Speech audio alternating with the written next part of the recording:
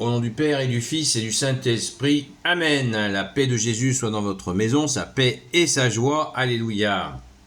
Prions, prions, prions, prions, supplions Jésus de nous libérer du tyran et de sa clique infernale. Demain, c'est la fête de la France, le 15 août, la fête nationale, la véritable, la véridique.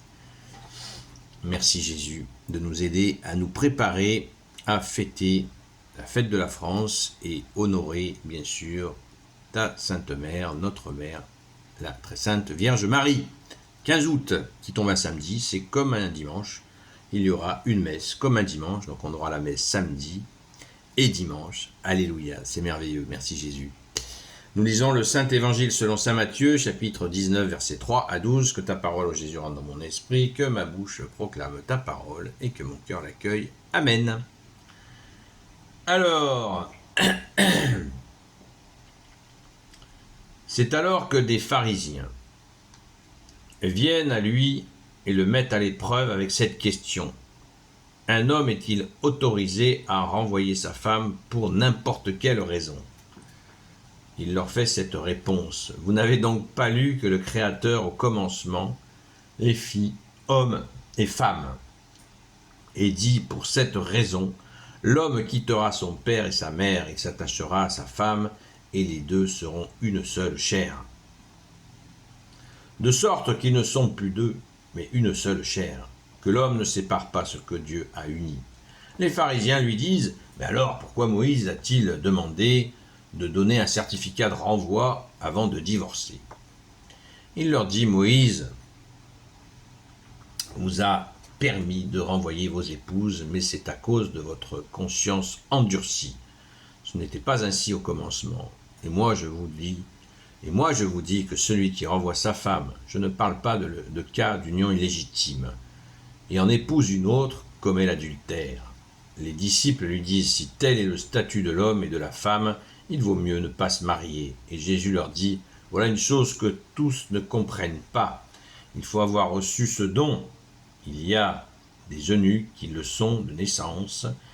Il y en a qui ont été mutilés par les hommes, et il y en a d'autres qui se sont voulus tels pour le royaume des cieux, que celui qui peut comprenne. Merci Jésus, alléluia.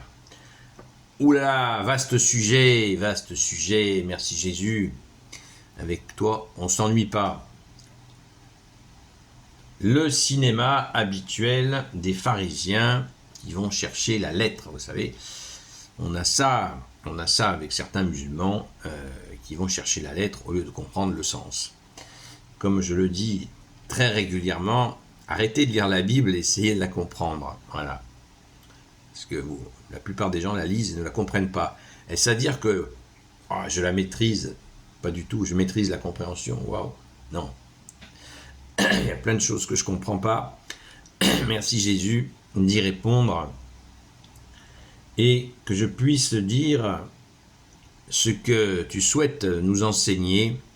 Eh bien, nous avons besoin pour ça d'écouter de nombreuses personnes. Et j'en fais partie comme ton ouvrier au Jésus. On y va. Donc, ce qui est très clairement dit ici, c'est que on va prendre le contexte. Le contexte, c'était que Jésus, il est Dieu. Il arrive, il se fait homme. Il a pris chair parmi nous. Et qu'est-ce qu'il voit? Il voit des gens qui sont prêts à répudier leur femme, puisque c'était le fameux certificat de répudiation. Voilà, je prends un papier, et sur un coin de table, allez, je vire la mamie parce qu'elle est plus fraîche. Ou je vire pour telle et telle raison, l'homme avait tout pouvoir. Ce que l'affreux Napoléon a fait, puisque ceux qui adulent Napoléon, moi je l'appelle Napoléon, l'affreux, ouais.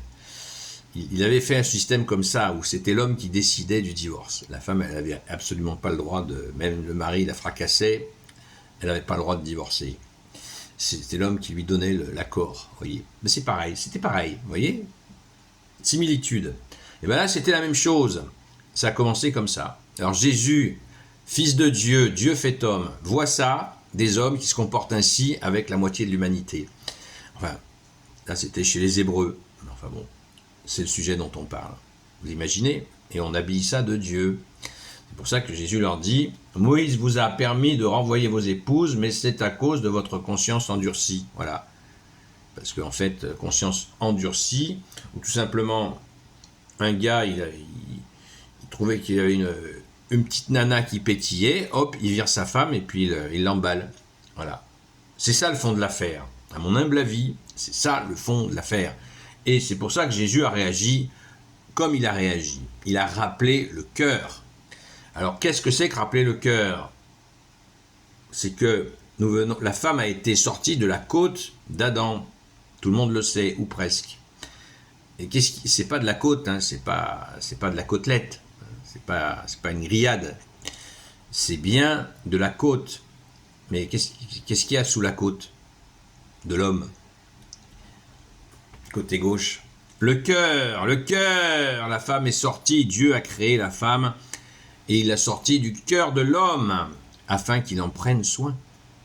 Merci Jésus.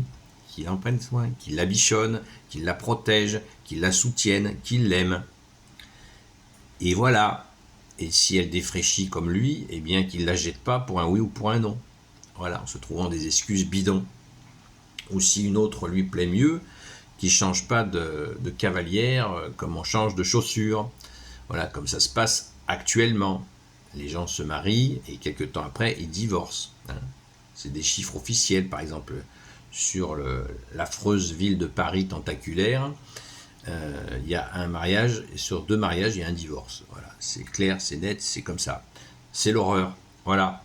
Donc, il nous faut revenir au cœur, au sens profond de l'union entre homme et femme. C'est que ça vient du cœur. La femme vient de l'homme. Et elle vient du cœur de l'homme, et l'homme doit protéger la femme qui est dans son cœur. Et en même temps, il protège son cœur. Ce qui fait qu'il a un cœur solide, parce qu'il a une femme solide dedans. Et très important, là j'ai parlé que de l'homme, mais la femme doit se laisser aussi aimer et protéger, et pas devenir un mec. Voilà. Ça aide aussi pour un homme. Il est content, il a épousé une femme, il n'a pas épousé un homme. Ou une femme qui veut porter son pantalon. Voilà. Donc, il faut remettre l'église au centre du village, c'est ce que Jésus vient de faire. Donc à ce moment-là, Jésus annonce la couleur. Celui qui fait ça, cet acte-là, eh bien, il devient adultère. Ce qui est logique. Hein, si la personne, c'est ce qui se passe.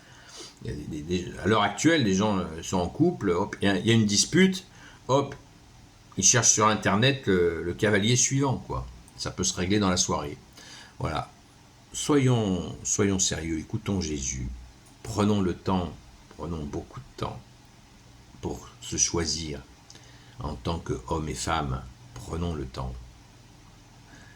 Pas de précipitation, demandons à Jésus, allons à l'église, supplions Jésus. Jésus, est-ce que c'est le bon cavalier? Jésus, est-ce que c'est la bonne cavalière? Oui, prenons le temps et laissons répondre Jésus. Jésus ne va pas arriver, oh, c'est celle-là! Non, Jésus ne va pas nous répondre comme ça. Non, il faut rentrer en profondeur. Et puis si nous sommes déjà loin de Jésus, commençons à nous rapprocher de Jésus pour trouver le bon cavalier ou la bonne cavalière. Parce que Jésus, il ne va pas répondre immédiatement à notre question si nous sommes éloignés. Ce n'est pas un prestataire de service. Donc, aimons Jésus, mettons-le en premier dans notre vie et en premier dans notre futur couple. Et si nous sommes déjà en couple, il n'est pas trop tard de mettre Jésus en premier dans le couple. Il est en premier, mais c'est pas une vue de l'esprit, c'est pas théorique, c'est très pratique. Et nous allons le faire. Il faut le faire quotidiennement, en premier, comme disait Sainte Jeanne d'Arc, Messire Jésus, premier servi. Voilà ce qu'il nous faut faire, mettre Jésus en premier, et le couple d'ailleurs en bénéficiera, mais alors d'une manière que nous ne pouvons même pas imaginer. Et Jésus introduit là, à la fin de cette séquence, de cet enseignement, eh bien le sacerdoce, hein, puisqu'ils disent que certains deviennent eunuques par choix. Il y en a d'autres qui se sont voulus tels pour le royaume des cieux. que celui qui peut comprenne. Eh bien, ça veut dire que il y a des hommes et des femmes aussi qui ont décidé de ne pas avoir de compagnon ou de compagne pour être tout à Jésus. Ce sont les consacrés. Et voilà, pour ceux, ça pourrait donner l'information à ceux qui disent ouais, Jésus n'a jamais dit qu'il doit y avoir des prêtres. Eh bien, c'est une grossière erreur. C'est mentionné dans la Sainte Écriture, et là, nous l'avons sous les yeux. Donc, écoutez surtout l'Église catholique, les prêtres, et puis aussi des laïcs qui savent un petit peu de quoi ils parlent. Merci Jésus. Alléluia! Nous avons là l'enseignement magnifique de notre Seigneur. Rendons grâce. Gloire au Père, au Fils et au Saint-Esprit, maintenant et toujours et pour l'éternité. Amen. Et petite précision importante, les couples, parce que certains disent qu'il y a impossibilité de séparation. Si, quand les gens se tapent dessus, la séparation est tout à fait normale et nécessaire. Il ne faut pas tomber dans l'excès totalement absurde. Jésus nous dit attention à la démesure. La démesure salit l'homme. Loué sois-tu Jésus. Gloire au Père, au Fils et au Saint-Esprit, maintenant et toujours et pour l'éternité. Amen. Ô Jésus, toi qui peux tout et qui porte tout, toi le Sauveur, toi l'Emmanuel, je te confie toutes celles et ceux qui regarderont cette vidéo, ainsi que leurs proches, selon ta seule volonté, ô Jésus. Sainte Marie, Reine des cieux, toi l'Immaculée Conception, toi qui écrases le serpent, toi qui es la lune sous tes pas, toi notre Mère, Notre-Dame, Saint Joseph, toi le juste et le saint, toi le sage, toi la terreur des démons, toi le saint gardien de la Sainte Église catholique apostolique. Sainte Marie-Madeleine, notre chère Sainte Patronne, et vous, tous les saints et saintes, amis de toi, Jésus, Saint Michel Archange, Saint Gabriel Archange, Saint Raphaël Archange, et vous, tous les anges qui te servent, Jésus, je vous confie toutes celles et ceux qui regarderont cette vidéo, ainsi que leurs proches, selon ta seule volonté, ô Jésus. J'insiste, une femme qui est maltraitée, et inversement parce que ça existe, eh bien, que le mariage soit brisé, eh bien, c'est une très bonne chose. Voilà. Il faut absolument être très attentif à ça et soutenir bien sûr les uns et les autres qui sont pris dans ces engrenages. Prions pour eux. À ce soir, à la grâce de Jésus. Soyez bénis.